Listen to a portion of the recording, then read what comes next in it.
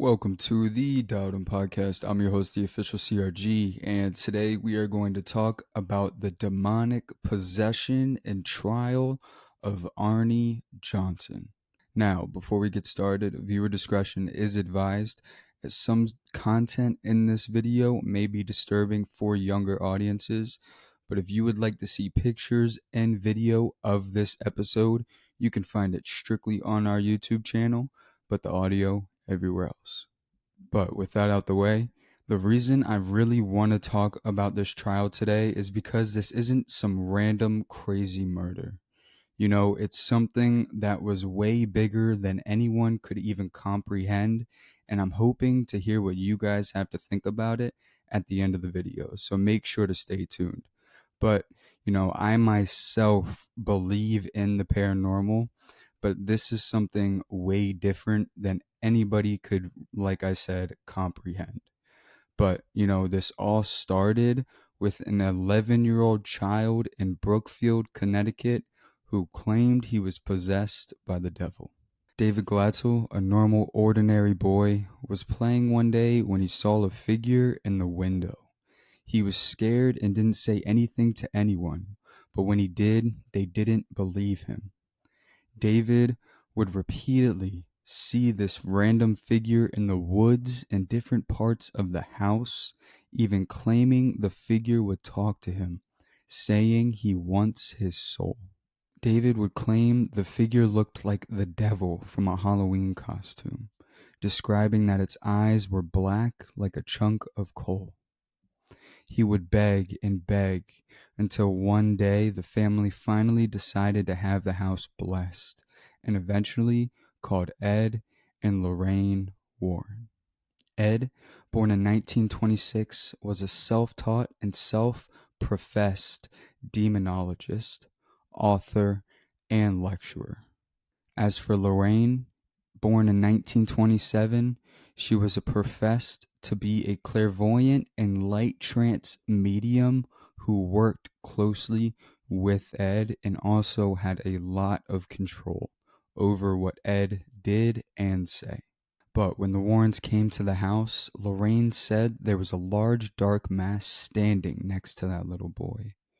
And once they saw that, they decided to check David out and run a little bit of tests like holy water and crosses, concluding that David Glatzel was indeed under demonic possession, having an exorcism take underway.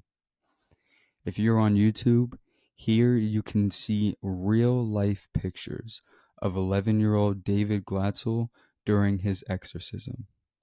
It's said that during the event, David had a very hard time controlling himself, as his voice was said to be distorted and his body responding in strange ways.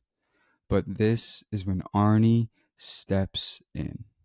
19-year-old Arne Johnson, boyfriend to Debbie Glatzel, was in the same room as David during the exorcism. It's said that Arne got so tired of seeing David in pain and agony, Arne intervened. He said, and I quote, "I yelled at this thing at the top of my lungs. I said, 'Leave this little kid alone. Take me on. I'm here. Take me on.'" Once that happened, Arne states he felt a coldness come over him hearing Lorraine say, "Oh my God, what did you do?" It said that it went quiet after the exorcism and that everything was okay and the Warrens slowly faded away. But 5 months later, Arne Johnson was arguing with his landlord, Alan Bono, claiming he then blacked out and went under possession, ultimately killing Alan by stabbing him. After Arne's arrest, Arne Johnson then went through his trial claiming the devil made him do it. But with everything that happened, with David and the pictures Ed and Lorraine took from the exorcism, they decided to fight to prove Arne's innocence, but the judge wouldn't budge. It was the first time ever in American history that a defense like this was used in a courtroom, and it brought worldwide attention. Ultimately, the judge rejected the plea, having Arne Johnson serve 10 to 20 years in prison for first-degree manslaughter. And even throughout the years, Debbie stood right by Arne, proving his innocence, so much they even got married while he was in prison. But it wasn't until the real truth came out in the new 2023 Netflix documentary, The Devil on Trial. Because in the documentary, they interview Carl Glatzel, the brother of David and Debbie Glatzel, and he has a very different version of events from the rest of the family. Carl, who was 15 at the time, described how he would watch on as his family reacted to David, saying that he wasn't buying it and that the things didn't sit right with me.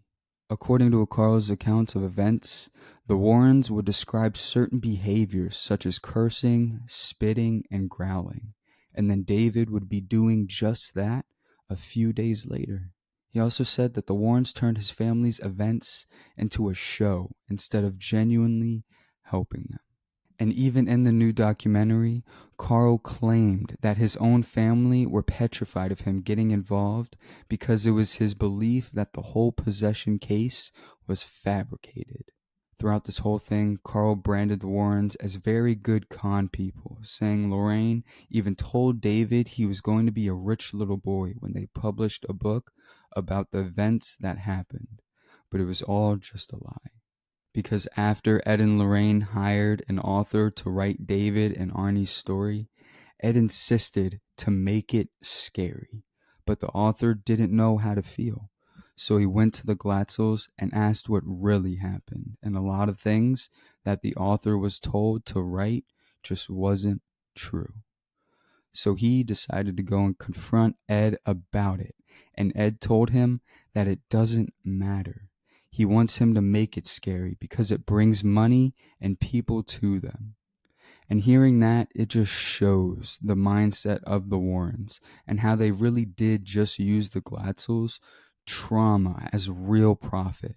Because in 1983, the book The Devil in Connecticut came out, breaking worldwide records. Once published, the Glatzels were only given $4,500 for their story, as Ed and Lorraine took the rest of the profit, making over $81,000.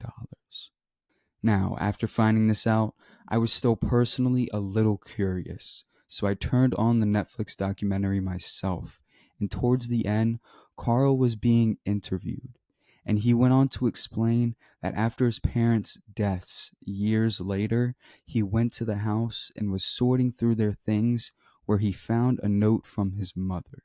The note said, well, the family had their medicine tonight, and everything was good. Carl then went on to say how he believes his mother was drugging the family meals with Sominex, a sleep aid which can cause voices and hallucinations. And that's why he believes David was seeing the things, but the rest of the family deny, including David himself.